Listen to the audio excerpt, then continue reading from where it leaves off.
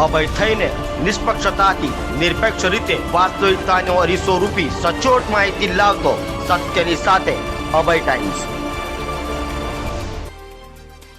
Surat DCB zone 6 દ્વારા 6 police મથકના માથાભારે history સીટરો, listed બુટલેગરો સહિતનાઓની હાલની કામગીરી અંગે તેઓની પરેડ કરી પૂછપરછ કરાઈ હતી।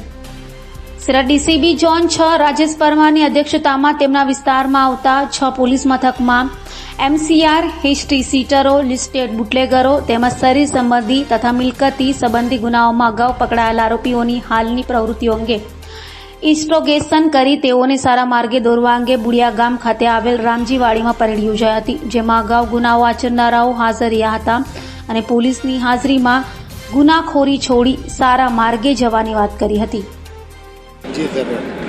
આજ રોજ મહેરબાન સીપી સાહેબ અનુપમસિંહ ગેહલોત સાહેબની સૂચના અને માર્ગદર્શન હેઠળ પોલીસે આરોપીઓની એક ઓળખ પરેડ કે એમની પૂછપરછ માટેની એક પરેડ રાખવામાં આવેલી છે, એટલે એમને એકઠા કરવામાં આવે છે। ટોટલ 6 પોલીસ સ્ટેશન એટલે કે ભેસ્તાન, હજીરા, સચિન જીઆઈડીસી, ડુમસ અને ઈચ્છાપુરના 273 ગુનેગારોને એકઠા કરવામાં આવેલા છે। આ ગુનેગારો શરીર સંબંધી ટપોરી એચએસ એ પ્રકારના ગુનામાં સંડોવાયેલા છે। આ લોકોને આપવાનો ઉદ્દેશ એ છે કે પોલીસ ઓળખે। આમાં એવું હોય કે 5 વર્ષ પહેલાં ગુનો કર્યો, અત્યારની પોલીસની આગળથી નીકળે તો પણ ઓળખી ના શકે, ઓળખે અને એમને જાણ રહે કે આ ભવિષ્યમાં પેટ્રોલિંગમાં ફરતો હોય તો શું કરે છે। બીજી વસ્તુ કે આ લોકોનો નવા ફોટા લેવાય, નવા એમના એડ્રેસ લેવાય, તો ભવિષ્યમાં કદાચ આ ગુનામાં આવે તો પણ અમે એમને નેપ કરી શકીએ, એટલા માટે આ કરવામાં આવેલ છે।